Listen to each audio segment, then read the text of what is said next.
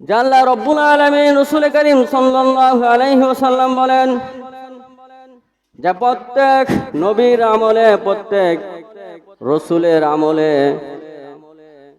কিছু মানুষ ছিল নবীদেরকে মহব্বত করত, ভালোবাসতো। আর প্রত্যেক মানুষ ছিল নবীদেরকে গালিগালাজ করত।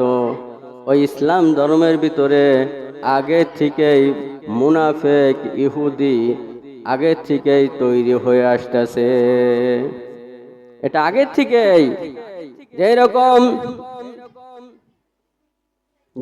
আল্লাহ রব্বুল আলামিন মূসা আলাইহিস সালামকে যে একটি লাঠি দিয়েছিলেন মুজিজা স্বরূপ, যে আল্লাহ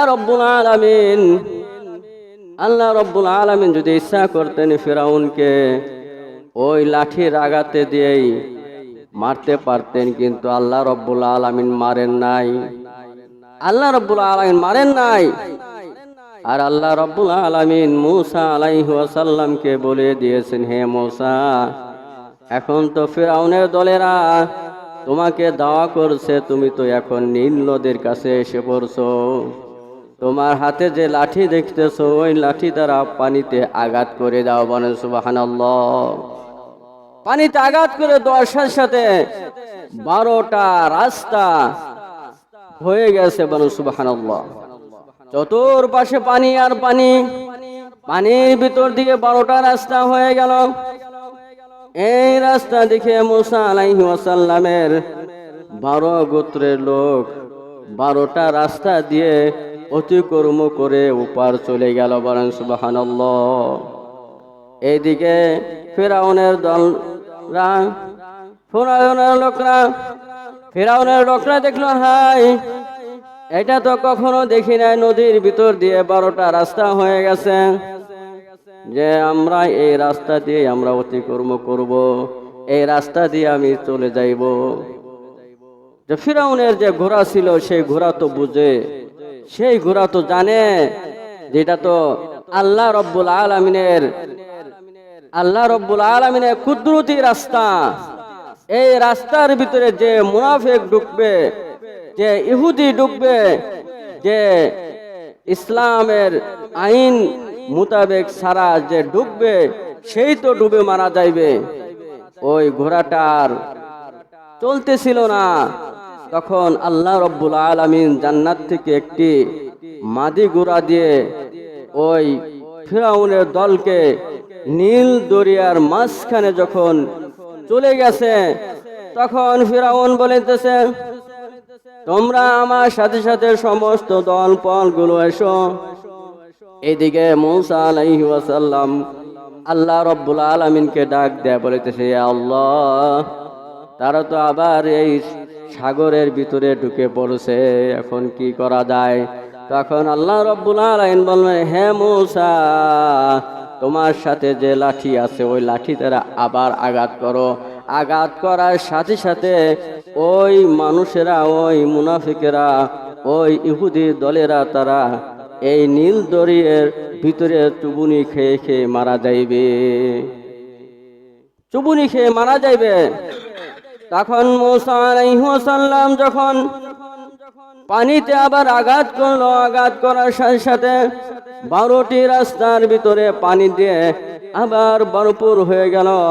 ভরপুর হওয়ার কারণে অনেক মানুষ, যে ফিরআউনের সমস্ত দলবলগুলো পানির ভিতরে ডুবে শেষ হয়ে গেছে। তখন ফিরআউন যখন মরে যাইতেছে, কেবলমাত্র করছে যে মূসা আলাইহিস সালামের খোদা, ঠিক খোদা। তার উপরে মুফাসসিরে কেরামগণ কিছু কিছু বর্ণনা রয়েছে, যখন মূসা আলাইহিস সালামের আল্লাহর প্রতি ফিরআউনের যখন বিশ্বাস ইয়াকিন হয়ে গেছে, যে বলবে বলে ঈমান আনয়ন করবে বাপ, তখন আল্লাহ রব্বুল আলামিন জিবরাইল আলাইহিস সালামকে বললেন, যাও, যত মনকে মাটি দিয়ে তার গালটাকে বন্ধ করে দাও। বললেন, তার গালটাকে বন্ধ করে দাও। এই মরণের সময় যদি কোনো ব্যক্তি কালিমা পড়ে, কোনো ব্যক্তি যদি কালিমার নসিব হয়ে থাকে সে অবশ্যই আমি আল্লাহ রব্বুল আলামিন তাকে জান্নাত দান করে থাকি, বলেন সুবহানাল্লাহ।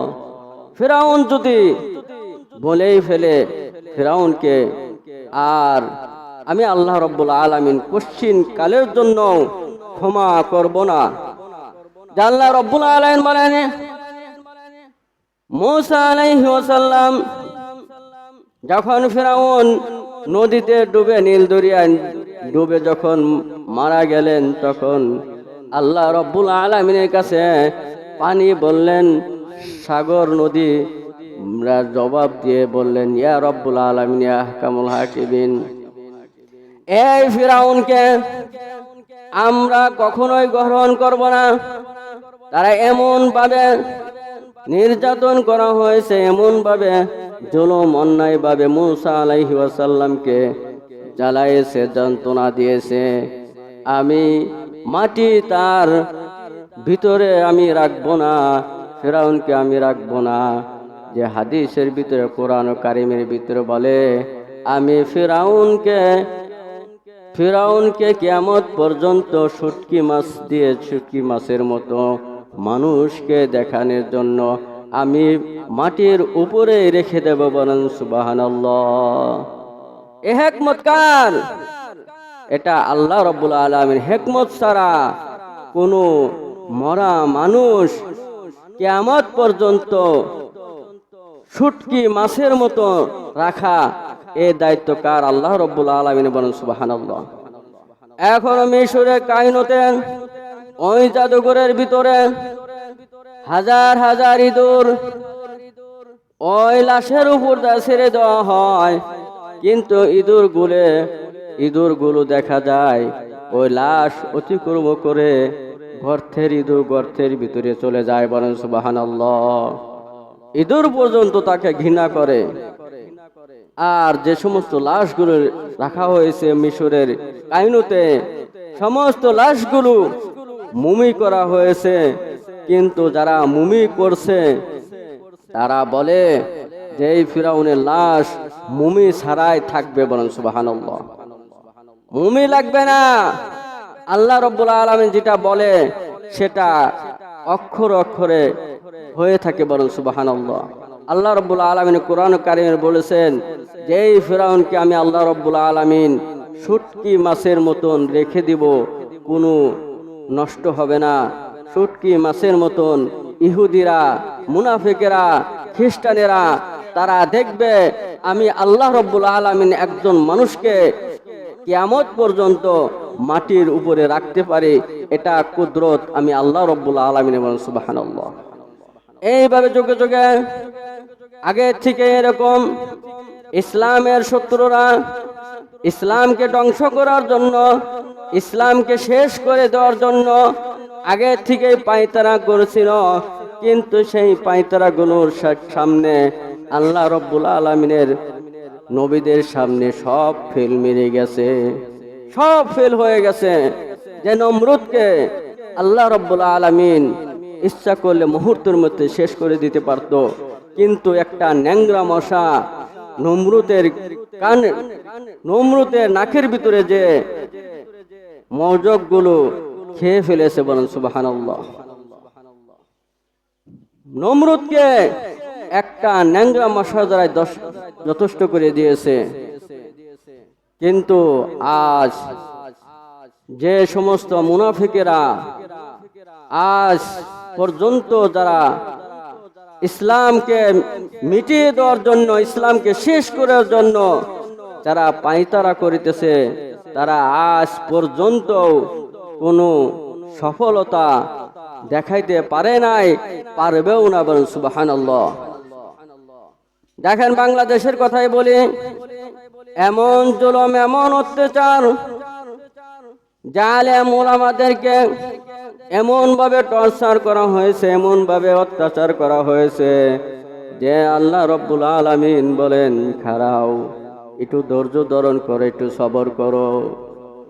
সমস্ত মানুষেরা ধৈর্য ধারণ করছে, সবর করছে। যে 5 মে যখন হেফাজতে ইসলাম লক্ষ লক্ষ মানুষগুলোকে অন্যায়ভাবে জুলুম করে করে যখন শেষ করে দিয়েছে, একমাত্র তারা আল্লাহ রাব্বুল আলামিনের কাছে